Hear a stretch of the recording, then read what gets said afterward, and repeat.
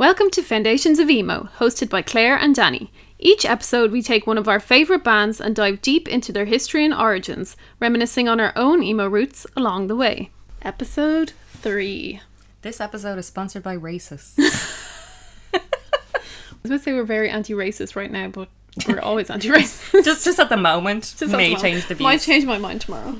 I just want to preface this by something that's completely not related to My Chemical Romance. That is that I hate all racists and I wish them a very merry die. Especially the ones who are protesting every night on Angel Street. Yeah, I have not been able to get home from work like all week without being met by a protest and the buses being turned the other way. And I am really angry about it. Not just because of the inconvenience, but because of them and their stupid message. Is it the same when I saw it, there was, I'm going to say, max 20 people? Yeah, like I don't even think there's 20 people. Not even, no. And they're there with their signs that say, Angel Street, say no to unvetted men. And it's like, As if they own the whole of Angel Street. It's like, Anto, could you pass guard of vetting? Because I don't think you could, man. Ukrainian people are fleeing a war. Could you imagine, like, they had lives and jobs and houses and families. And some of them have, like, lost some of their families and their friends to the war. And they've all lost their livelihoods, like their homes and their jobs and everything. They're not coming here looking for handouts. Yeah, exactly. They're not coming here for the shits and giggles. Yeah, I'm sure they don't want to be here. 100%. And then when they do come here, and that thing where they got attacked in Ashtown. Oh, stop. Absolutely awful. Anyway. So any Ukrainians who want to come on the podcast, feel free. We welcome you. 100%. But you have to like emo. Yes. And there is a march on February 18th in town that's pro-racism. I was about to say pro-racism as well. Like, woohoo, pro-racism. No, that's like Ireland is welcoming Ukrainians. So can we please all go to that? Thank you. That's my little preface. Absolutely, okay. Nothing to do with the podcast. So this is an emo podcast, not a political podcast, in case you're confused. You know, I always have to get a little bit like feminist or political. Something has to happen. So today's episode is about My Chemical Romance. Yes. And in case you didn't think I was fun at parties after that rant, guess what? My favourite My Chemical Romance fact is how they started. And I like to break that out. If I'm talking to people that I don't know and My Chemical Romance comes up, I'm going to turn around to everybody in the group and be like, do you know why they formed? Because the answer is yes or no. You either know why My Chemical Romance formed or you don't. So I feel under pressure. I think I know why they formed. 9/11. Yeah. Okay, I did. I was right. 10 points for Gryffindor. Right. You're never ever going to guess. 9/11 is why My Chemical Romance formed. But anyway, shall we get into the story? Let's dive into it. My Chemical Romance are from Newark in New Jersey, and they're from, I have written here, a dodgy area. So I took a lot of this information from the My Chemical Romance video journal, I think they call it, but it's Life on the Murder Scene. It's on YouTube if you want to watch it. It's 2 hours long. It's about their early career and how they started, and it was filmed, I think, around the time that they were recording 3 Cheers for Sweet Revenge. So it is like very early, and they're very young, and they're very cute, and I love them. They are my sons. Super cute. They are older than me, but they are my sons. They're so old now. Stop. But they are. What are we, young? Compared to them, yes. But yeah, no, they were talking about the area that they live was really rough, and it was kind of when they were kids, they weren't allowed out to play much because the areas were so dodgy, and there was a river or a lake near them where they lived, and like they were always fishing dead bodies out of there. Saw that. Yeah. So like they kind of attribute their creativity and all of that to being stuck indoors all the time as kids and kind of having to go to their own fantasy lands. And I suppose that's why My Chemical Romance are so theatrical and fantasy oriented, and it's all from that. Apparently. Yeah, makes sense. And also I love that they could have gone one way. You know, it would have been very easy for them to go down the road of being a dead body in a lake, but they decided not to. They decided not to be a dead body in a lake. Fair play. Similar to Fall Out Boy, they were all in bands growing up and in various bands in the music scene. They were all interested in music. But at the age of 24, Gerard Way was working as an intern for Cartoon Network in New York City. So he was on the ferry going over to New York, and he saw 9/11 happen. It's kind of rumoured that he saw bodies falling out of the towers. Lovely. So he was on that boat and he was watching people's lives fall apart, and he was like, what am I doing with my life? The Cartoon Network, though, great job. I mean, it sounds cool, but I think those are those kind of jobs where you're just sitting there like tracing other people's works. Like there's no creativity to it. Yeah. There's an actual quote from him where he said in his head he was thinking, fuck art, I've got to get out of the basement. I've got to see the world. I've got to make a difference. Aww. And so he started My Chemical Romance. And he did make a difference. So the song Skylines and Turnstiles was the first song that My Chemical Romance ever wrote. Well, Gerard wrote it. And it's about 9/11. It's about 9/11. So that's the song that's like, this broken city skyline Sing it, girl. on my skin. That's my version. Slightly different. It's just, you know, cover. In case you thought I just played the CD there. So when Gerard was a kid, he originally liked the idea of playing guitar and his grandmother bought him one, but he was kicked out of several bands because he was really bad at it. Oh. Yeah, so that's how he went the singing route. He was a singer in school. There's actually this really cute story in the documentary where he says that they moved house and they moved to a new school. And straight away when he got into that school, he was cast as the lead in Peter Pan. Oh. Which he was like, wow, if you want to get bullied in a new school. And apparently that role usually went to a girl, but he got it. Oh no. I know. It's so cute. But he was always a singer, and I suppose playing guitar didn't work out for him. And I'd like to say, I don't know this for sure, but I think that grandmother who bought him the guitar, I think is Helena, who they wrote that song about, because that's about a dead grandmother. So I presume it's the same one. The original lineup from My Chemical Romance was Mikey Way on bass, who is obviously Gerard's brother, Ray Toro on guitar, and Matt Pellissier on drums. So just a little bit about Ray. He had an older brother who introduced him to bands that inspired him to learn how to play guitar. And he actually, I think this is the cutest thing ever, he took typing lessons in order to improve his manual dexterity so he could play the guitar better. What a genius. I know, I would never think that. Where was he when I needed to learn this years ago? Well, you know what you need to do? Get a few typing lessons. And then Frankie Iero, his dad taught him how to play drums when he was a kid, but then he went out and swapped it out for guitar. And I just wanted to include that because I'm like, how come all the members of My Chemical Romance can play a load of different instruments? Like, that's mad. I couldn't even play one. Speak for yourself. Why do you think that I was the vocalist? Because I was too lazy to learn how to play something.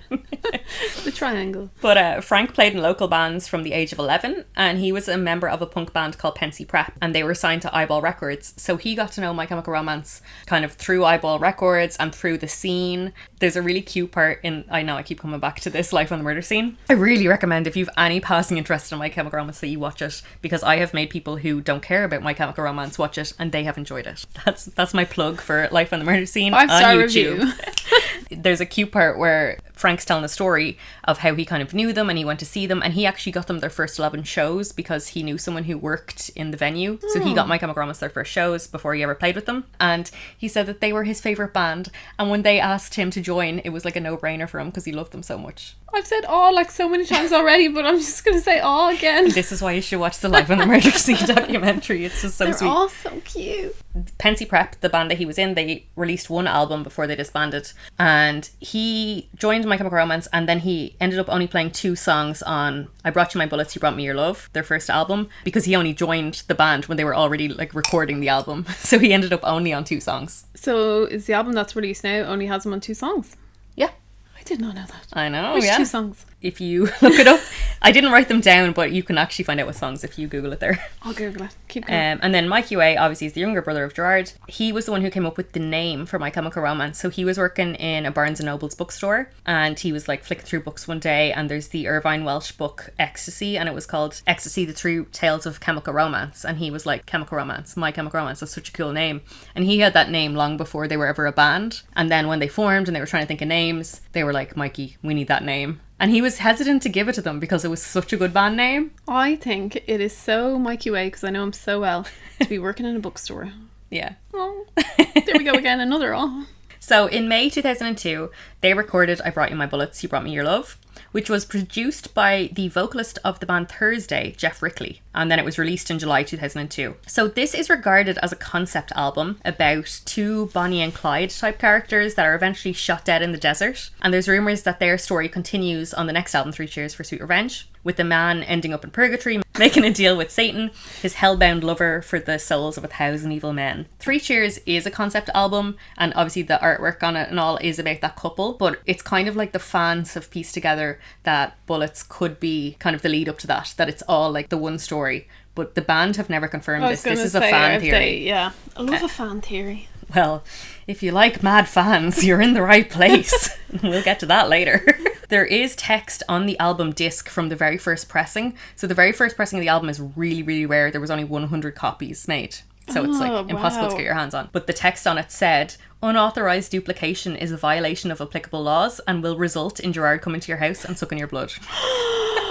I need one of those. I know. Like, literally, if you buy me that, I will marry you.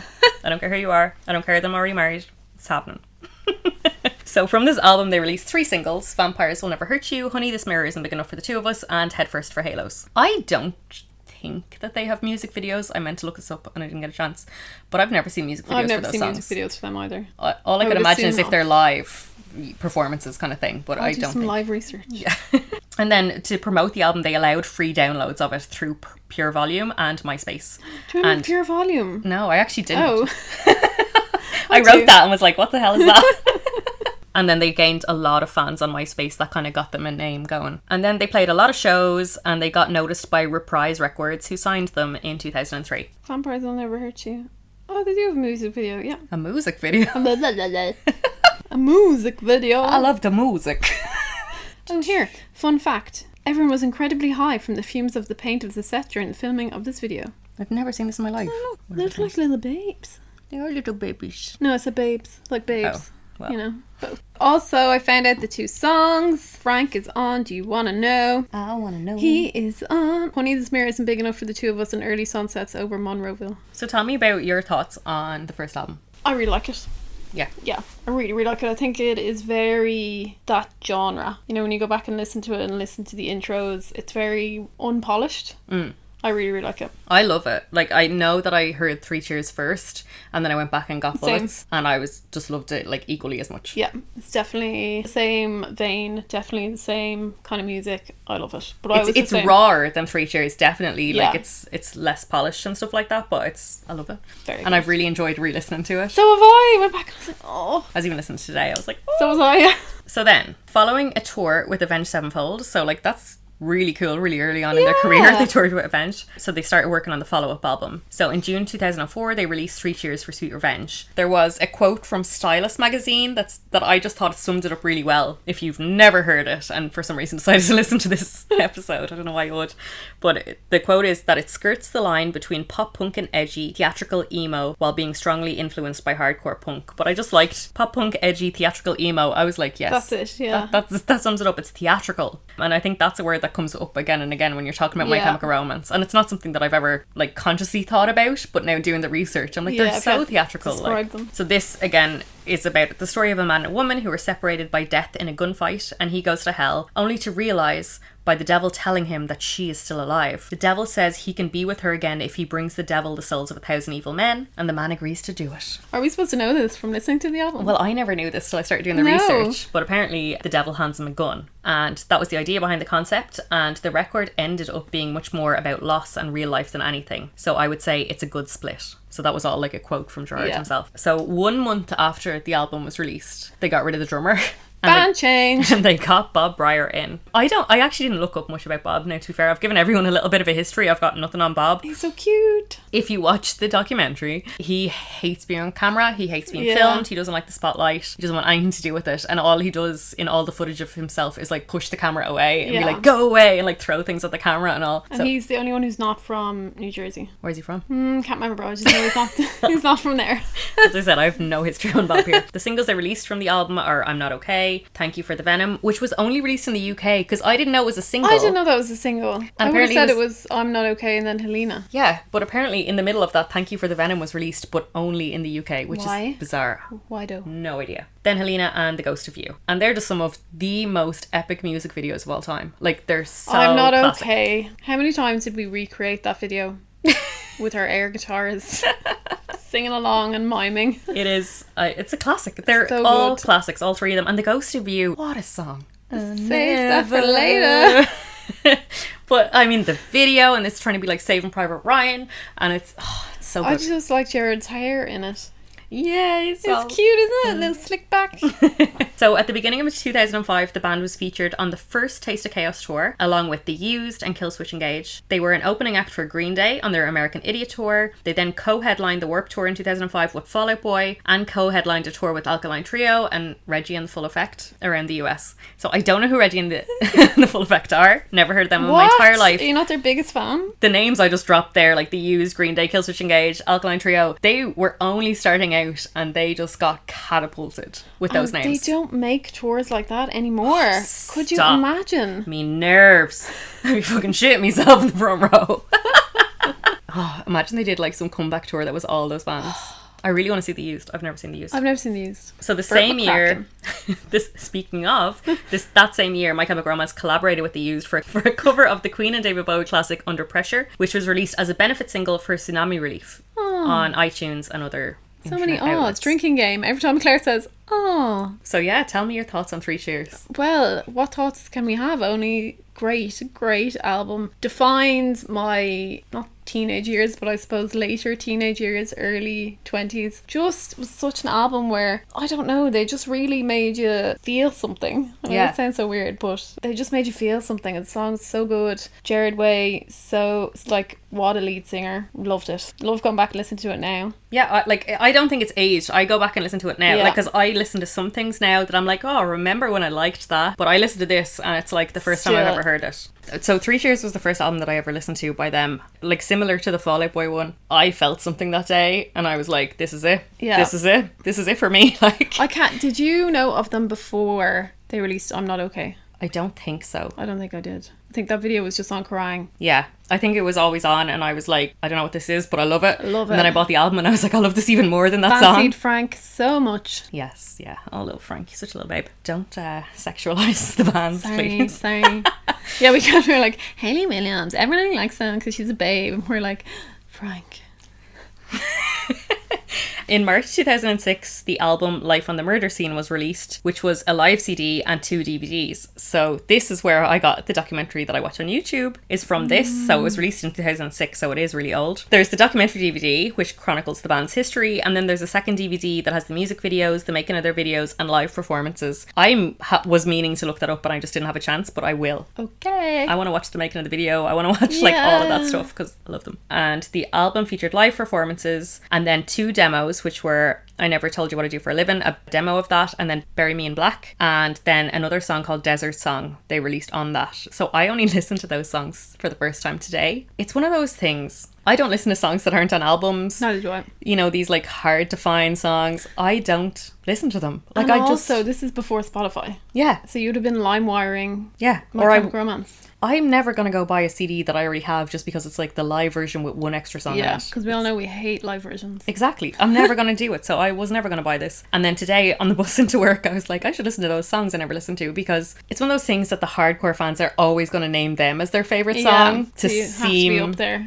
I know everything about them. So my favourite song is this like really rare B-side that no one's ever heard of. I listened to them today and I wasn't blown away, to be fair. I wasn't like, oh my god, I can't believe I've been missing out on this the whole time. I was like, cool song. Are they of the 3 Cheers for Sweet Revenge? Desert Song is, I think that was a little bit slower than I expected. Bury Me in Black is a demo and it sounds like a demo, like it's very rough. Yeah. Very, very rough. Gerard struggled with alcoholism until 2007, and Mikey also had alcoholism as well, and he's been sober since 2014. If you watch the documentary, he's drunk a lot, and I don't mean like he's having a few drinks, I mean like he's falling down, he's puking, he doesn't know where he is. And they also talk about the very first gig they ever played. They were so nervous, all of them just got absolutely off their face drunk. I do think if you watch their live performances, they look like they're absolutely hammered. Like the early ones, or do you mean like all of them? The early ones, they're like rolling around the place. Yeah, there's a lot going on. Oh. What I read online, it said that he struggled with alcoholism until 2007 and he got clean, and now he can enjoy a social drink. But I don't think that was updated very recently, so I don't know if that's true or not, or like if it was kind of a temporary thing and he doesn't drink anymore. I honestly don't know. I don't think people who have alcoholism can just start having casual drinks. Yeah, no, I don't think it's a good idea. Slippery slope. I just want to talk a little bit about Gerard's gender identity as well. So their most recent tour, he's been wearing dresses and he's been wearing skirts and he's like just been living his best life. Yeah, I love it. Like, I just love it. I just give a fuck. And another thing as well was like there was one gig where they got booed off the stage. I think it was like Reading or Leeds or something like that. That was like a rock festival. And then at that time people were like, emo is lame, and like throwing balls of piss at them and all this. And in the middle of it all, Gerard grabs Frank and they make out on the stage. Oh, I didn't know that. Because they're just like, fuck it. Oh, and I just love that they're like, I love that so much. Yeah, oh, is emo gay? I'll show you gay. And they don't care. I love it. How gay can we be? Gerard has come out and said that through My Chemical Romance and stuff he's been able to explore. He's not transgender or he's not like whatever, but he would go by he, they, or he or they. It's just like, yeah, I saw that he some interview he was given, he said that throughout his whole life he just identifies more with being a female, or he's felt more female than he said he's never connected with like the macho stereotypes or like the men whatever, so he's always like had a little bit of femininity going on. So I just think that's cool. Represent. And also he's the first cousin once removed of Joe Rogan. I think I read this, but they've never met. They've never met. Yeah. That little fact at the end, I was like, we need to make it happen. Imagine. Joe Rogan. Fucking give us a call. Gerard Way over there gender bending and Joe Rogan. I wonder what he'd have to say about that. If you listen to Joe Rogan, block me. And then obviously, as you probably know, Gerard Way wrote the Umbrella Academy comics. He's written other comics as well. He made a cartoon for Cartoon Network, which then I found out it didn't become a thing because they had one that was already quite similar to it. Like they said, they had one too similar to release his. But he's just a really creative person. Just a creative fucking genius. Yeah, and he can really draw. And yeah, Umbrella Academy is great. I just realised I wrote Umbrella Academy with 3 L's. Oh, so you did. I was like, am I drunk? So good at English. Yes. Also, I'd like to say that I didn't use an envelope today and my notes are like really bent and I'm really upset about it. But you have notes. So I have notes. So April 2006, they started recording the 3rd album, The Black Parade. There was a rumour going around that this was going to be called The Rise and Fall of My Chemical Romance, which was kind of after The Rise and Fall of Ziggy Stardust, the David Bowie album. But afterwards, Gerard came out and said, like, we were only joking. I think people took that really seriously. Of course, because they have the kind of fans that are going to take anything he says as gospel, so they just ran with it and were like, this is going to be called The Rise and Fall of My Chemical Romance. But yeah, Gerard himself said we were joking. So in August, they filmed the video for Welcome to the Black Parade and Famous Last Words. Obviously, it's like a continuation kind of thing. They were in the same outfits, etc. But there were injuries on set. So Gerard tore his ankle ligaments and Bob suffered a burn to his leg that led to a severe staph infection and he was in the hospital for weeks. I read this and the microbiologist to me was like, Staphylococcus. And I just want to say, they're such iconic videos. And the director of them is the same director who did Smells Like Teen Spirit and American Idiot. So I was like, they're such iconic songs. And then I was like, those videos aren't great. No, aren't they? Like, Smells Like Teen Spirit is just them jumping around the place. Yeah. In a kind of dark room with some cheerleaders in the background. And then American Idiot is just like, they're splashing in paint and the American flag. Jumping around the place, yeah. Yeah. But then I was like, okay, Welcome to the Black Parade, there is a lot going on. But then Famous Last Words, everything's just kind of on fire. I was like, not a lot happens in these videos. Well, he's clearly not a good director either if they all went on fire. Yeah. What was happening? So in August 2006, so they had already filmed the videos but obviously hadn't released anything. And in the August of 2006, they did a one-off show at the London Hammersmith, which has a capacity of 1,800 people. So it was small. Teeny tiny. At that, they had 20 people come out in black capes with their faces covered and then loads of fans. And then the street team came behind them with signs saying The Black Parade. This is obviously before anyone knew what The Black Parade was. So this was the announcement for it. And before My Chemical Romance took to the stage, there was a speaker came on, like an announcement saying, My Chemical Romance cannot play tonight, but the Black Parade will be. And the fans were like, what the fuck? You'd be raging if you went to see them. Because apparently, like, tickets, obviously with the capacity was only 1,800 people, tickets were like gold dust. Yeah. And they went on eBay and they were selling for like so much money and all. And then they came on and were like, My Chemical Romance aren't playing. And everyone was like, what?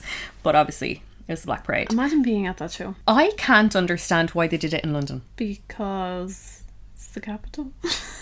Yeah, but they're American. I had to think about that for a second. I was like, is it the capital? Yes. But they're an American band. They're about like being from New Jersey, and even if they did it in New York, or I just don't understand the thinking. Bigger in the UK than they were in the US. I think they were massive everywhere after I'm Not Okay. Good question. Wouldn't have thought of that. Yeah. But do you remember, I have this distinct memory, was it when the album was released, HMV in Dublin of like a load of emo kids, us included, walking down Grafton Street. I did not attend that Black Parade march. I think I might have. I remember being really embarrassed by that. I think I was. Because it was a stage when emo was really embarrassing. And then they're marching down Grafton Street all holding signs saying the Black Parade to announce the album. And I was like, well, you've made us look even worse, man. I'm not even making this up. I remember now. I happened to be there. Wearing a Black Parade t-shirt. With a sign that said the Black Parade. And we just joined in. No, honestly, we did happen to be there. And we're like, this is cool. And joined in, but it was not cool. It was not cool. It was weird. Claire. I don't even know what it was. I think what I said in the Hammersmith when they had that show, they had the street team there. And I remember street teams were such a thing to promote bands. Because I suppose social media wasn't that big at the time. And it was like there was always people going around your city putting stickers and like posters and advertising like bands. Yeah. How'd you get that job? I actually signed up to be a street team for some record label. I can't even remember. I honestly can't remember. And they used to just send me stickers and be like, you have to send pictures of where you've put the stickers as proof that you've actually put them out. But they were like sending me stuff that like I didn't know who the artists were. Oh, were they Irish? No. Oh. Does anyone want to be our street team? We'll send you Foundation of emo stickers everywhere. We don't have any, but we can make them. We have our wonderful friend Steph, who runs Nice Try Pumpkin, who designed our logo. She will definitely make us some stickers. If we Shout out Steph. Shout out to Steph. Follow her on Instagram. Oh yeah, so everyone was really upset that My Chemical Romance weren't going to take to the stage, but then obviously they did in their Black Parade outfits in those marching band costumes, iconic, and they announced the name of the album and when it was going to be released during that show. It was basically like an announcement show, like, which I just think, as you said, imagine being there and thinking back on it now. So cool. So yeah, then at Reading they were bottled by Slayer fans. Of course they were. So I'm not sure if that's the one where they kissed on stage, but probably that could have happened at multiple shows, to be fair, because they did kiss a lot.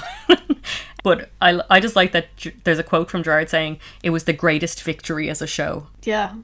But that's like, they didn't care. Yeah. And why should they? They shouldn't care. That's what I like about it. So I didn't know this, but they released Welcome to the Black Parade, the single, on September 11th, 2006. I didn't know that. So obviously that is the 5-year anniversary of 9/11. They released that. Yeah. So they blatantly did that on purpose. I think that's really cool. So that was their first #1 in the UK singles chart, and it went to #9 in the US Billboard charts, and that's the only top 10 hit that they've had, like, to this day. At all? Mm-hmm. Oh. They're not mainstream. I was really surprised, and I was like, wait a minute, they're not a pop band. Like, Fall Out Boy are more pop than them, and they've like been to #1. I just remember all these kids suddenly started wearing those outfits. Oh god, no, that's kind of embarrassing. Yeah, it was cringe. But to me, they were popular. Yeah, fair. But I still think it was just the emo kids. It wasn't like the cool kids. True.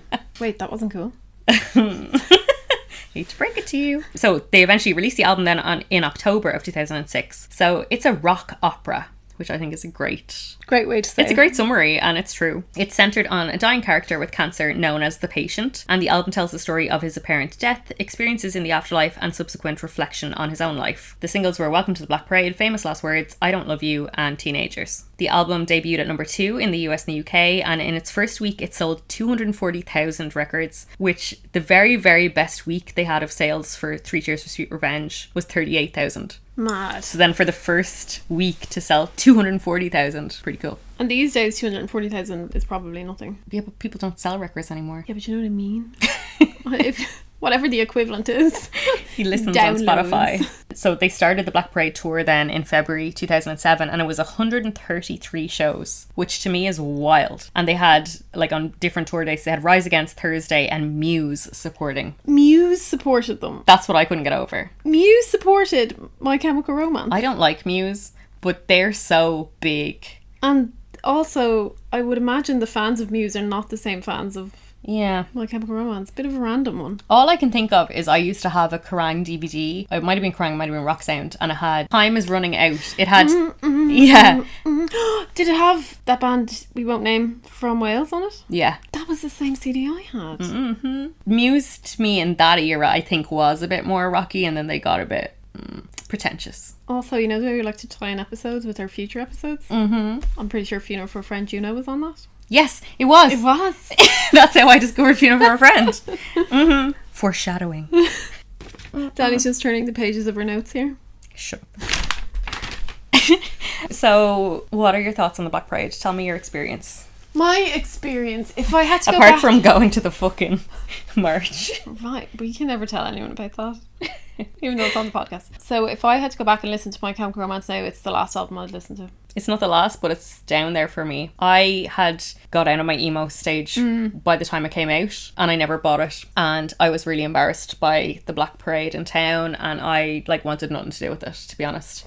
And years later, I came back to it and I bought it. I bought the CD, I think, and I listened to it and I was like, what is this? And I was actually shocked because I thought I was going to like it and I didn't like it at all. Yeah, obviously there's some great songs on it, but I just never, it would never be one that I would choose to put on. Liza Minnelli's on it. I always forget that. Yeah. I'm just... I actually like it more now. I know when I listened to it at first, I was like, what the fuck is this? I hate it. I hate everything about it. There's nothing I like about it. And now I listen to it and I'm like, okay, no, it's got some tunes on it. I think I got sick of the whole theme. Yeah, it's very... I mean, it's a rock opera. There's a theme. Every show they played, they were wearing the stupid jackets, and I just got sick of it. What I do like, though, is that they played characters, and Gerard played a character of the band leader for all the shows. And he took on a different persona on stage. He wasn't himself. He was the band leader. And that's how theatrical they are. They are so much more than a band when you think of that. Can you imagine another band doing that? Yeah, like taking on a whole different persona and like acting on stage as somebody else. Like that just doesn't happen. Yeah. Just one of the reasons I like them. But no, I do like Famous Last Words to me is one of the most epic songs of all time. Agreed. My sister and I are not like the best of friends at all. But if we're at a house party, one of us is going to put that song on. We're going to lock eyes across the room. And as soon as it kicks in, we're going to drop to our knees. And I don't care if it's tiled floors and we're in our 30s now. She's nearly in her 30s. It's going to be sore. And I don't care. It's that epic. You need to drop to your knees, put your fist in the air, and nano. It's epic, and it's our jam. I really want to listen to it now, actually. Great song. And also, there's another song, Sleep? Is that the name of the song? Yeah, that song Sleep. I actually had a moment with that a couple of years ago where I had it on repeat. And it's not my on repeat song. This isn't a spoiler. But I did. Like that song, I just had it on repeat. It was so epic. I don't know. It must have been the time of my life that it was, that it just connected with me or something. But I couldn't stop listening to that song. There are some good songs in this album. Just not one that you'd maybe listen to the whole way through. Yeah, the album wouldn't be one that I'd be like, oh, I'm going to stick that on. Like, no. But I might go and listen to one or two songs and be like, yes. Yeah. In 2016, during their hiatus, they reissued the album for its 10th anniversary. And it's called The Black Parade / Living with Ghosts. They just released the Black Parade album. And then Living with Ghosts... Living with Ghosts. I love that album.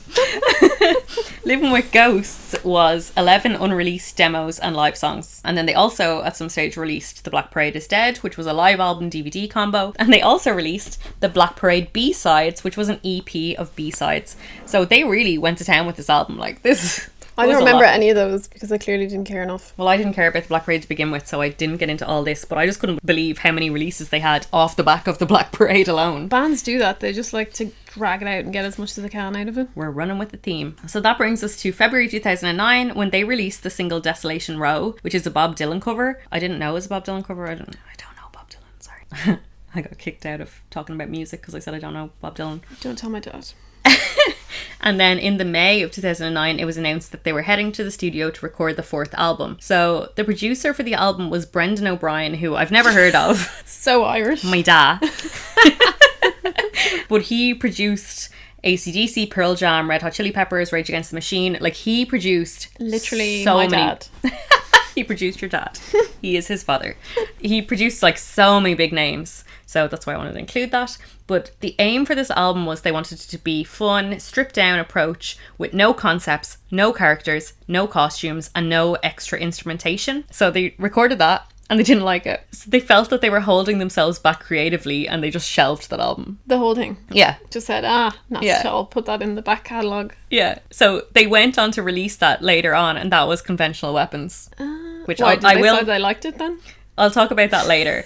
But I didn't know that. That's something I learned. But what they did was they then went back to the producer, Rob Cavallo of the Black Parade, and made a brand new album.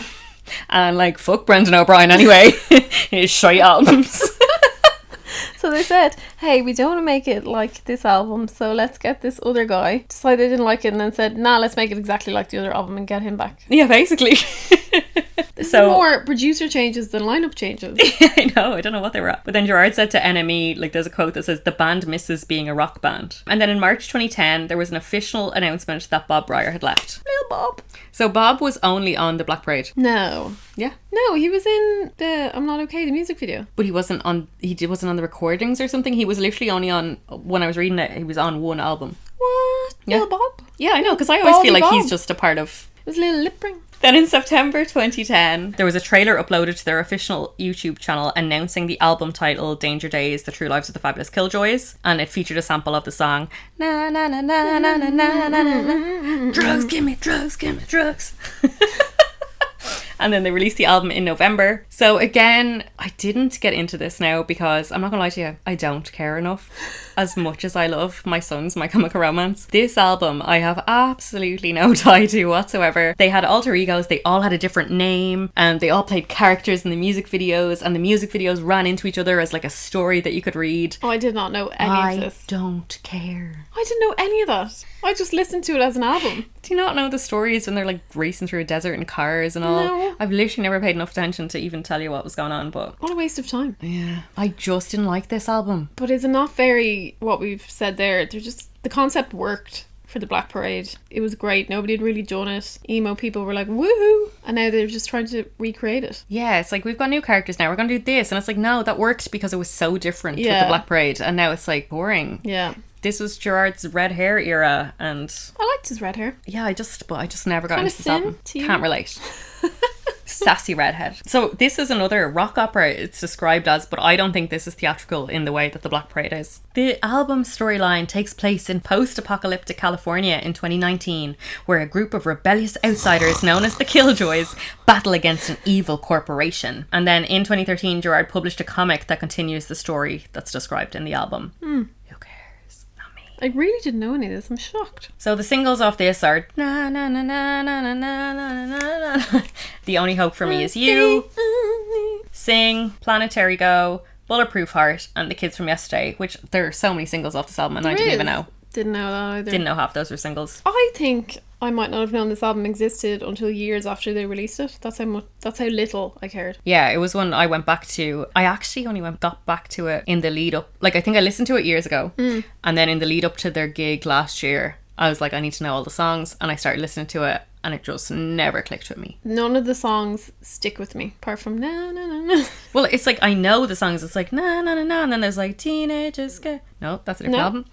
See, I don't even know. And then Sing is like, sing it. Like, it's all just very like, I don't know. There's nothing that stands out to me about this album. I will say that they did play Destroya at the gig in Kilmainham last year. And I only liked the song after hearing it live. There was, I don't know why. There's something about the whole... Sometimes that happens. The whole crowd. And they were like, Destroya, Destroya. I was like, yes, I fucking love this song.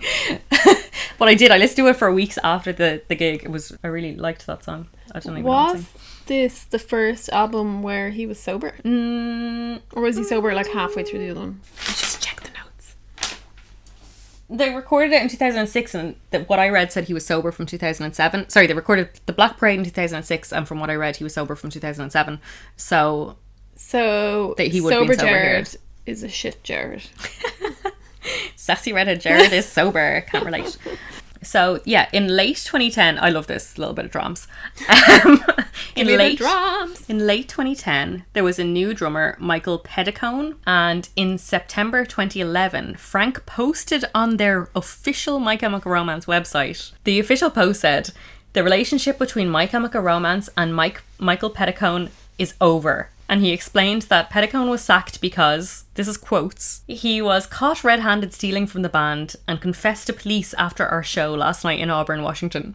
Now, I don't know what he stole. That's all the information I found. But, like, they posted that on their official website. What did he steal? I don't know. Can't have been money, was it? Well, they had the police involved. It can't have been like, their clothes. Like, I don't know. They clearly didn't have one of those media, what are they called? You know, people who stop PR people. Yeah.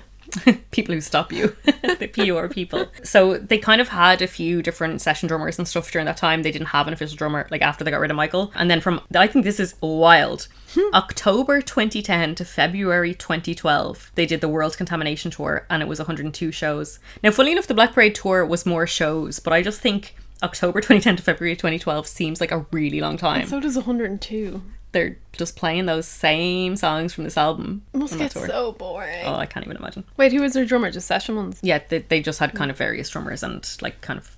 Stand-ins. Nobody's. Unless you're the Welsh lad from 9 Inch Nails.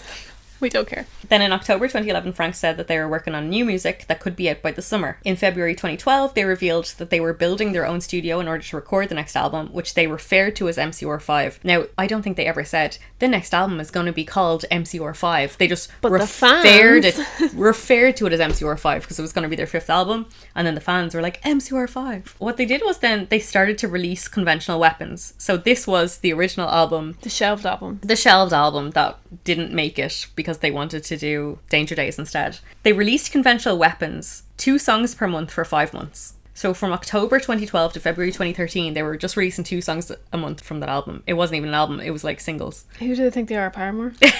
Well, at least it was a better idea. Have you listened to it? No. I never listened to it until last year, going to the gig. I was like, I want to know all their songs, so I listened to them. And there are some really good songs. From the shelved album? From the shelved album. Now, I've been listening there's a playlist on Spotify that you can just listen to it all through, so it's all 10 songs, so it's like the whole album that they didn't release. And I will say, when you listen to it as a whole, it's not theatrical. It doesn't give you the excited My Chemical Romance feeling, but there are standout songs. So I wouldn't recommend like listening to it all 10. You're kind of like meh, and there's some songs that aren't great, but what songs are good? Gun, Ambulance, Tomorrow's Money, and Boy Division. I will listen to them.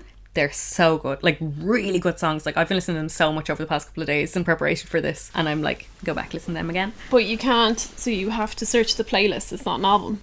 You'd miss it. I think they're under their singles on Spotify. Yeah, but not as But I'm not going in to listen to 2 singles and then have to go back out and then listen to 2 singles, and so just listen to the playlist. But yeah, don't let that pass you by, is what I'm saying. It passed me by. Passed me by up until last year, but definitely worthwhile listening to, even though that was the shelved songs. I mean, they obviously thought there was something there if they went on to release them, is what I'm saying. Brendan O'Brien. Brendan O'Brien, you weren't all bad. So up until February 2013, they were releasing those 2 songs a month. And then in March, so literally the next month, they released a statement. And they said, being in this band for the past 12 years has been a true blessing. We've gotten to go places we never knew we would. We've been able to see and experience things we never imagined possible. We've shared the stage with people we admire, people we look up to, and best of all, our friends. And now, like all great things, it has come time for it to end. Thanks for all your support and for being part of the adventure. No problem. And that was the end of My Chemical Romance. The end of the episode. Good night. No drums. That's it. That's the end. So yeah, they broke up. Like I know I said hiatus a few minutes ago. It wasn't a hiatus. They broke up. They were done. Donezo. That was the end of it. They didn't give any reasons. Yeah, it was like, we've come to an end. Just getting old. Sauce babes. So then they all went on to do their own stuff because, as we said, they're really creative people. They've always been involved in music, and I think they don't know how to not be in a band. I.e. they are Pete Wentz. So Gerard went on to release his solo project, Hesitant Alien. Great name. Have you ever listened to it? No. Neither have I. I feel like I might have listened to a song or two and was kind of like, and then never tried again. I did mean to listen to it in the lead up to this episode and just didn't have a chance because I was listening to the songs I really love on repeat. We'll listen to it for the next one. And then Frank released an album called Stomach Aches under the moniker Frankie Arrow and The Celebration. And then he released like another album and it was called Frankie Arrow and The Something Else. And then he released another album under the name Frankie Arrow and The Future Violence. Oh yeah. So he changed the name of the band every time they released an album. I listened a little bit. It's more punky, but I know Frank is more punky. Like that's his thing. Like he's really into punk music, and it's just it's not really my vibes. No. I will try and give it another listen and see if I can get into it. But I'd also like to point out that he spelled it Frank Euro as one word, and is one word, and then Celebration is spelled wrong, which is just upsetting for someone like me, and that's probably why I could never get behind it. Was it the same band for each album? That's a really good question. I feel like it wasn't, but yeah, I was going to say you'd be highly insulted if he just was like, I'm going to keep my name the same, but we're going to change yours. So Mikey formed Electric Century along with the vocalist from Sleep Station. I don't know who Sleep Station are, but the vocalist called David Debiak, and they released a self-titled EP. Now, I've never heard of Sleep Station or Electric Century, and I never knew Mikey did any other stuff. Oh, he's so cute. But he did stuff. And then Ray Toro posted a song on his SoundCloud, and it was titled Isn't That Something? And he also posted another song called For the Lost and Brave, which was dedicated to Leela Alcorn, who was a transgender teen who committed suicide. So cute. And again, I've never heard any of that, but I just thought that was a really cute story to tell. So, 2019, shit started happening. Social media started lighting up with stuff about My Chemical Romance. They started posting on their Instagram. There was these hooded figures. There was these strange symbols. The fans went wild. I had a friend who was just constantly texting me being like, I think this means this and this means this and all this, and I was just like, are they coming back or what? Like, is there going to be another parade I need to join on Grafton Street? I'm too old and I don't have the time to be following the clues. I need someone to tell me, these are the clues, this is what it means, they're going to come back. And like, that's what I need in my life. I mean, I love it. I love the mystery. I love all that's going on. I don't have the time to commit to the research. I am not the FBI. Yeah, but you love the suspense and they're just teasing us. So on October 31st, Halloween, they announced that they were reuniting, and what they did was they launched new merch. How awkward. Yeah. I mean, they weren't like, here's our new music. They weren't like, whatever. They were like, buy my merch. Which, respect. And then they announced tour dates. Of course, they were all delayed then because of COVID. Obviously COVID. COVID fucks with everything. So they did eventually release tour dates for Ireland, and they were delayed, and I was at a point where I was like, I'm never going to see My Chemical Romance again. And then they played, and I have many videos that I probably will have already teased on social media by this time, and I'll post more because there are so many videos of me at that gig, and you've never seen a happier person in your entire life. I swear to God. I've only seen them once. Yeah, I can't believe you didn't go. I know, I was 16 maybe when I saw them in the Ambassador. I saw them like once years and years and years ago, and I know the show was 45 minutes long, and I was really into them at the time, and I was like, what the fuck was that? It was over in 45 minutes. Like, it was like I got there and then it was like finished. No, I saw them. And I was really disappointed. I can't really remember. I think I was just so excited, and I left school early so we could queue to see them, and it was the best night of my life. No, I think I'd gone out of that phase by the time they played again. I was like, nah, they're going to start playing the Black Parade shit again. Don't want it. Yeah, that was it. Then they started the Black Parade stuff, and I wasn't into it, so I didn't go see them again. But then last year when I saw them at Kilmainham, it was one of the best days of my life. Like, I was at that gig, I was bordering on crying, I was shaking with anticipation. I was like a teen girl. Love it. We need to see these vids. They're so silly. Like, I am on another level. They were amazing. And what I loved was on the tour, they were changing up the set list, they were introducing new songs, they weren't playing the same thing every night, and they were telling different stories on stage every night. I love that. They were loving it. Aww. They were having such a good time. Gerard was telling stories about when he met his wife. More to come on that. He said that when he was playing before, he used to be really anxious about his voice and about affecting his voice and hurting his voice and not being able to sing. And he said this time around, he's having such a good time on tour. He said he doesn't give a fuck. Aww. He said he's just out there having fun. And he said, I could be playing to the Queen of England. I don't care about my voice. And the crowd booed the fuck out of him because he mentioned the Queen of England in Ireland. Oh no, and Jared. there are the funniest photographs ever that someone got where he was like so confused, like, why is everyone booing the Queen of England? And then you think Ireland is in England? I don't know, but then the whole crowd were like, fuck that Queen for ages. And then there's other pictures of him and he's just like because he doesn't know what's going on and he just looks so confused. He's like, okay, that's what we're doing. Oh, it's amazing. That's actually, I saw the meme circulating again of the two pictures of him being like, huh? And then being like, I saw it when the Queen was dying. Oh my God. People were just posting that, like saying absolutely nothing and just posting that, and I was like, I get that. Poor old Lizzie. That was great. Fuck the Queen anyway. And racists. And then, yeah, so in May 2022, they released The Foundations of Decay. Mm-hmm. They didn't tell anyone they were going to release a single. There was no teasing. There was absolutely nothing. I woke up one day and my phone was just full of texts from people being like, My Chemical Romance have a new song and you need to know about it. And I was like, I fucking do. And I was lying in bed, like my eyes were barely open, and I just like put it on and I listened to it lying in bed. And my ex was like, what the fuck? I was like, My Chemical Romance have a new song, don't talk to me. And then when it's finished, and it's a really long song, I feel like it's like 5 or 6 minutes long. It is really long. When it finished, I just put it on again. And I put it on again, and then I got up and I went to the toilet and I like brought my phone into the toilet and I was listening in the toilet, and I came out and I started getting ready for my day and I just listened to it on repeat, and it's epic. But nothing since? No, nothing since.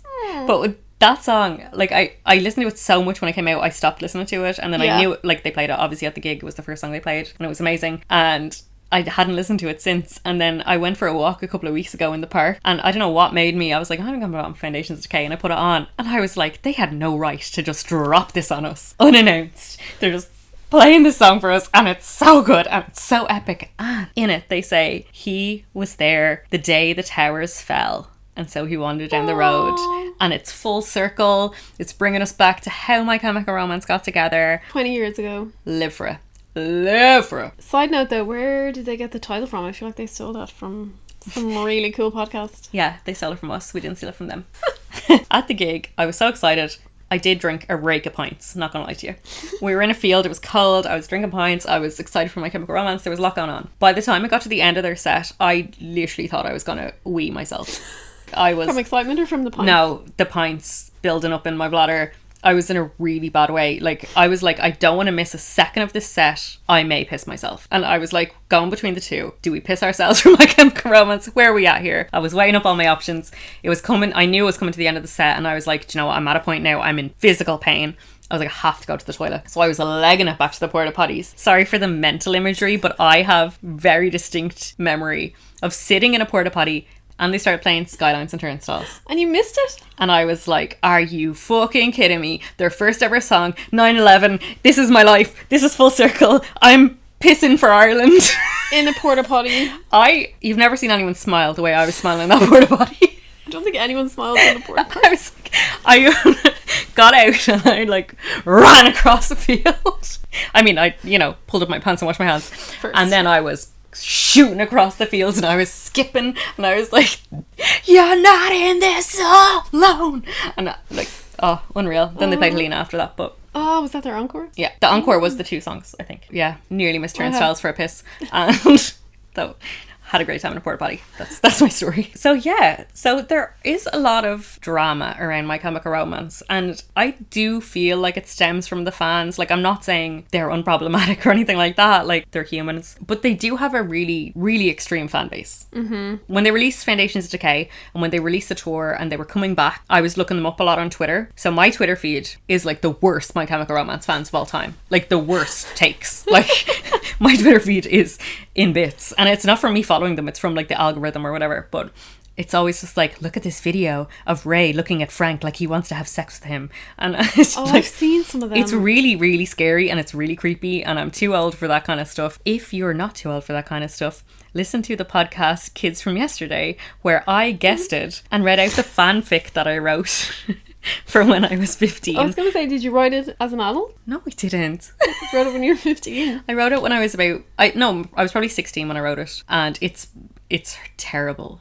But I got drunk and I read it out on a podcast, so if you want to be really embarrassed by me, you can listen to that. I recommend drinking through it and just having a laugh along with me, at me, whatever. Give us a summary. This girl, she's so alone and doesn't know her place in the world, and one night she like walks out to the park because she's feeling depressed, and in the middle of the night she bumps into Gerard Way. As you do. They start a romance. A chemical romance. Oh, no. No, okay, there's no chemicals involved. I was 16, I was a baby. Then he introduced her to Frank, and she can't decide which one she loves more. Oh no! Can't believe you haven't listened to the other podcast Well, I'm I've gonna been do on, it Claire. now. I just Worst didn't want to give friend support ever. to any other podcasts. Fair. Yeah, I follow the worst fans in the world. Oh, I don't follow them. I see the worst fans in the world on Twitter, and they've got their own theories. They think all the band are all riding each other, which, like, if they are, good for them. I don't care. But I don't think I ever got in, like, subscribed to that kind of side of it. Yeah, no, I didn't either. And there were so many fanfics. When I was writing my fanfics, there were so many fanfics of, like, the band riding each other. And I'd like to point out that doesn't happen in my fanfic. It's a girl trying to decide which one she loves more. There's no men riding in It's it. very vanilla. Well, yes. Just like I was Dani. a very, very sheltered child. Times have changed, we'll say that. Everything I'm going to say from here on in, take with a pinch of salt, because You're it's probably fan one of them. theories and it's like weird stuff that came out on Tumblr, and I don't know how much is true and how much is not. Take from this what you will. This is what I've read online. I don't know it to be true. Tell us. So, the Mikey Way drama. Don't know any of this. So, I actually don't know the year. I should have looked it up. He was married, and Little cutie. yeah, he was married, and then it all came out on Tumblr that he was cheating on his wife. Not Mikey. Yeah, Mikey. No. So I think he'd been married for 6 years at this stage. Then all of a sudden there was all these pictures of him with this girl, Sarah. So he's married to a girl called Alicia. And then all these pictures of him surfaced on Tumblr of him with this other girl. They were photo booth pictures, kissing. They were pictures with their arms around each other. Like, it was still on the internet? They weren't fan pictures is what I'm saying. I've seen the pictures and like there's no denying that they were a couple or like there was something going on there. This isn't like rumors. This is like actual photographic evidence. And apparently something that like the fans are really upset about is that she was a fan, and there was loads of pictures of her being like My Chemical Romance and like wearing their hoodies, wearing their t-shirts, being a complete fangirl. Oh yeah, look at this. And then she ended up with Mikey. And something that the band really talk about a lot is how they don't subscribe to groupies. They're not into that scene. They're innocent boys. They don't want to be, you know, with the fans. And then Mikey got with a groupie and everyone was really, really upset about it. So the timeline is dodgy. I was trying to look into it, and his side of the story was that him and his wife had already split when he got with this girl. Fair enough. Then there were tweets that said like spending Christmas with Mikey and Alicia that made it look like they were still together, but then the pictures of him and Sarah surfaced at Christmas. So the timeline is very blurry. Dodgy. Also, he was 32, I want to say, and she was 19. Oh no. Very bad. I don't want to say a bad word about My Chemical Romance. Not supporting that now. Bunch of perps. Yeah. So apparently him and Sarah got engaged because there was pictures of her with a ring and all this stuff. And yeah, there was this whole thing. And the plot thickens. People say that's why My Chemical Romance broke up. I didn't know any of this. Yeah, I only found this I out also recently. refuse to believe it, to be honest. Well, I mean, the pictures are there of them together. But maybe they were just, I don't know, afterwards. No? It's very Mikey hard to say. Wade's fiance Sarah.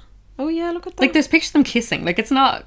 You can't deny that. There's the age gap. There's so many problems in this story. Whatever about him and his wife breaking up. Like, even just taking her out of the situation, the whole thing is dodgy. And the fact that Sarah was a big fangirl. It's all weird. It's all very weird. So are they married now? I feel like they're not. But your one's hardly still with him. Married, Kristen... Oh, so he married Alicia, and then he has another one. Yeah, no, he's married to someone else now. So I don't know whatever happened to Sarah in the end, but the whole catalyst was people are saying this is why My Chemical Romance split up, because everybody was so upset at him for cheating on his wife. They were really close-knit, like Jared and his wife were really good friends with Mikey and his wife. Like, you know, they all used to hang out together. So the fact that he would cheat on his wife with someone else, everyone was mad at him. And that's why they broke up? That's a rumour. You would be mad at him, though. It's unconfirmed. Also, like, it makes sense to me. It does make sense to me. Not to go total fangirl down the rabbit hole. It makes sense to me. Pretty stupid of him to post pictures, though.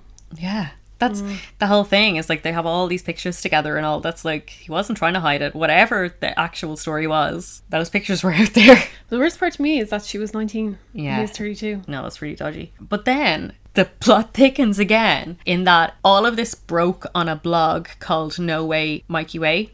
It was a Tumblr, and it was like outing it, and it was like Mikey Way's a prick, Sarah's a bitch, all the pictures of them, he cheated on his wife. It like ripped him to shreds and revealed this whole story, and it all came out on this Tumblr blog that people say was created by Gerard's wife, Lindsay. What? Yeah. So now people have come out and been like, yes, it definitely was her and all. I don't know if it was definitely her, but it's rumoured that it was her. Also, do we know who Lindsay is? Yeah, so she's from the band Mindless Self-Indulgence. Yeah, I didn't know that. Yeah. You know, they have a kid called Bandit, which at first I was like, what the fuck? But the more I think about it, the more I'm like, that's really cute. Oh, love Mindless Self-Indulgence. So Lindsay is reportedly very problematic and everyone hates her. Oh. But I don't know if this is spurred on by the fandom and like, no one's good enough for Gerard, or if she actually is like a really bad person. I don't think they would ever accept him marrying someone. Yeah. Because they'd be like, no. Yeah, so like I was trying to read into it because I was trying to see like, okay, what can I defend her for and what can I not defend her for? Like trying to make my own opinion on it. And there's a lot of stuff. There was like all these like, and there's tweets like that I've seen with my own eyes that, you know,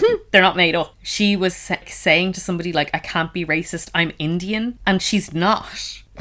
And there's several tweets where she said that, and it's very bizarre. There is some racism things. She also defended the singer of Mindless Self-Indulgence, who is a convicted paedophile, or he was on trial for being a paedophile. Wait, what? Yeah. Oh, and well. the band also have like really dodgy songs with the N-word and in the title and in the lyrics and stuff like that. What? I went to see them years ago. Did I know any of this? I don't know. Were you not with me? No, I was not. I've never seen Mindless Self-Indulgence. I did like that one song for a while. But you know, like, they're dodgy as a band, so I kind of like, that gives me vibes that she's probably not probably not so saintly. normalist. I mean, if she created that blog, that's wild. It's a gossip girl. I know. And this was all about 10 years ago, where like, I know the boys are in their 40s now. I feel like she's the same age as them. Probably. So 10 years ago, she was in her 30s. So she's not a child creating Tumblr blogs about your brother-in-law. It's like, do you know the Colleen Rooney and Rebecca Vardy? It was.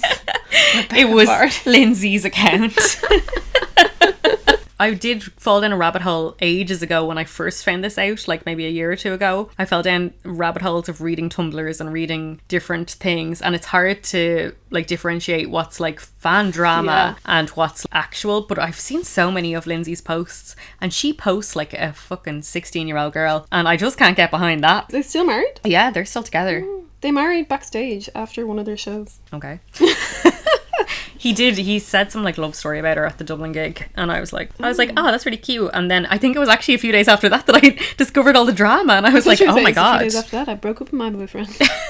Yeah, that too. I don't know what's real and what's not. I don't want to like slate the woman. I know she posts like a 12-year-old girl that upsets me because she's in her 40s now, but whether she's an actual bad person, I don't know. We cannot say. One of the things that did strike me about this is how old they are, though. Jared's 45. They're only like, well, I want to say they're only about 10 years older than us, 12 years older than us. Let's be real. Like nearly 50. I didn't realise they were that old when, I don't know, I assumed everyone was our age. What, when you were 15 you thought they were 15? I think it's because Hayley Williams was our age. Okay, yeah, no, that's fair enough. Fair. Every time I think of a band from when I was a kid, I always add like an extra 10 years on my age and figure they're about that. Clever. Because if I was 15 getting into a band, they were probably in their 20s. True that. That's just what I do. So I wasn't surprised by their ages. I was. Maybe it's just because I'm in denial. Maybe. Yeah. We're only in our 20s. Exactly. Still 16. So yeah, that's the story. That's My Chemical Romance to date. I feel like you skipped a massive part. What part? The whole big Daily Mail scandal. I was reading about that and thinking about including it, but like I just thought it was so silly. Do you not remember it?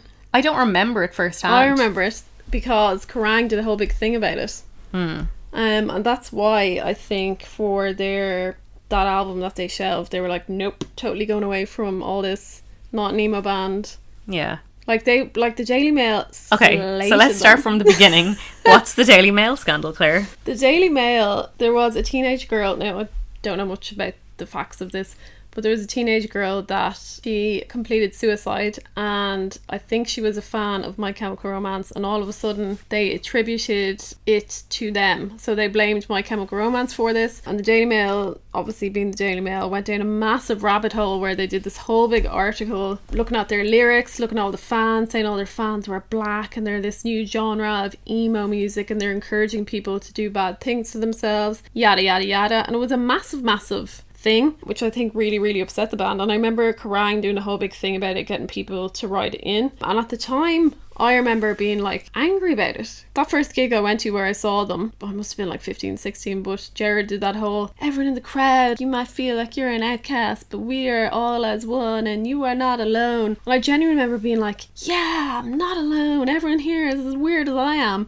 So then for some I won't even call them a newspaper, but to turn around and try and like make them out to be the complete opposite, it was just like so mean. Yeah. And I think it really did cause them maybe to change how they went about things. And they're totally against this whole word emo, and they're like, we're not that whatsoever, like totally against it. And I think that's part of the reason. Yeah. It's like the new age, like Satanic Panic or whatever. Yeah. Even though they're probably the least satanic band. Well, not least. I mean, they have an album that the theme is the devil Yeah, talking to people. It's not like, you know. Yeah. It's not devil worshipping. Yeah. Yeah. There was that. I don't know. I just didn't get into it because I was like, it's just so ridiculous. Like, it was completely ridiculous. First of all, like, do we need to talk about the Daily Fail? Like, do we bring that up? That's where I get all my news. But okay. But yeah, it was just like the outcry about emo was just so silly. It was. And it does, like, I know it was years ago, but to me it seems like a million years ago. But I think that whole attachment to the label of emo was one of those things where you were embarrassed about it. Yeah. Because people would be like, oh my god, you listen to emo, and you're like, are you going to go kill yourself? Why don't you go cut yourself? And you're like, oh, for fuck's sake. Like, and that's not what it was about at all. So, fuck you, Daily Mail. Yeah. I was in my job today, and the conversation came up that I have a podcast, and then it was like, what's the name of your podcast? And when I said it, somebody handed me a pair of scissors. So Stop. the stigma's still there, guys. Oh, God. I used to Yeah. get so annoyed. I'd be like, it just stands for emotional. Okay? All music is emotional. Therefore, all music is emo. Very deep, Claire. Very deep. But I don't know if... To me, emo is more like... Cute is what we aim for. Yeah, it's that voice. Yeah. Tonight. You have a jump in your step. What you? Yeah, like to me, I would never call Fall Out Boy or My Chem emo because it's that voice, and Yeah. neither of the bands have that voice. No. Okay, first of all, tell me your songs. Oh, I only have one. I haven't decided on the other one until you say yours. I'll decide it on the spot. So my song on repeat, I decided to go a bit different with this one, not go for the usual. Okay. So it's Drowning Lessons. Okay. I know. Look at me go. Oh, A random one. Claire's getting a bit different I today. know. I was listening to it in the car and I went and repeated it twice. So I was like, there it is. That's a song. Similarly, I presumed that my song on repeat was going to be from Three Cheers. I thought it was going to be one of the songs from the near the end of the album, like either The Jet Set Life or Thank you for the venom. It's Not a Fashion Statement, It's Dead Wish. Or my plan was I listened to the album through and I was like, I'm going to listen to all their albums chronologically and I'm going to go back, listen to that a few times, like to those last few songs, and pick out what's my song on repeat. But then Something happened. something happened. I put on Conventional Weapons.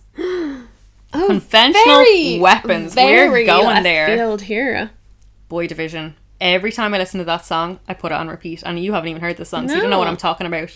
Every time I put on, I was like, well, I want to listen to that again. And I'd go back and listen to it again. And last year, when I started listening to Conventional Weapons for the first time ever, the same thing happened with the same song. Oh, and can't I wait was to like, listen to wow, it. here we go. This is my song on repeat. Can't wait to listen to it now. So good. Such a good song. Also, and I they played realised- it at the gig and I lost my shit. Nearly pissed myself again. I was just mad for pissing at that gig. Nothing has changed. Right, what's your song to skip then? So this is kind of a random one. And again, I was probably going to choose a single just from it being overplayed. I was probably going to choose Black Parade. I know I'm not allowed to choose more than one, but probably was going to. And then I listened to Danger Days the other day in preparation for this. And that song, Scarecrow. Oh, yeah. I was listening to it on the bus and I was like, what is this? I don't like this song at all. I was like, I'm not familiar with it. It's very slow. I don't know what's going on here. And I checked how much time was left on the song because I couldn't wait for it to be over. And I think to me, I was like, well, there's my song to skip right there. I am not massively familiar with it. The only reason I know what you're talking about is because I've listened to that album recently. But the reason I'm not massively familiar is because I always skip it. Yeah. It's not a good song. Like, it is not a good song. No, don't go there. My song to skip, I went with a single. Not because it's overplayed. No.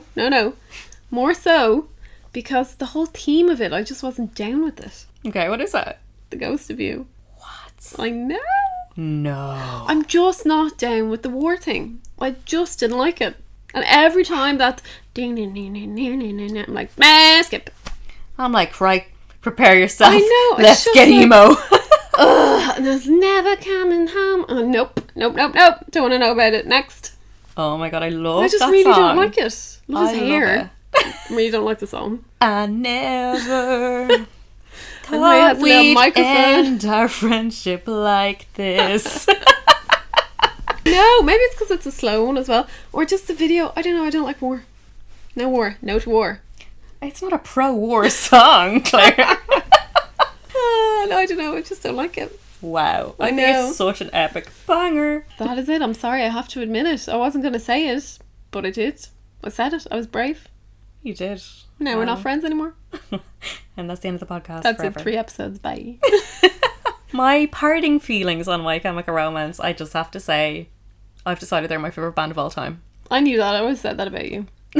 As I sit here in your room. You were sitting there bitching about me behind my back. She loves My Chemical Romance. She's so emo. As I sit here in your room, which is adorned with My Chemical Romance prints, and you're wearing a t-shirt saying, I'm not okay, trust me. I would never have guessed that you liked them. Yeah.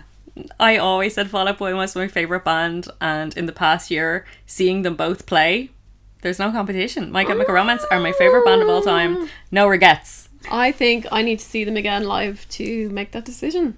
Yeah. No, it changed your life. seeing them all happy on stage, playing whatever the fuck they want, introducing Yeah. new songs in the set list every night, playing like the old that. I bangers, do the love new that. bangers, every song's a banger, banging bangers. Banging out the bangers. I can't wait to see what they do next. I'm excited about them. I'm here for it.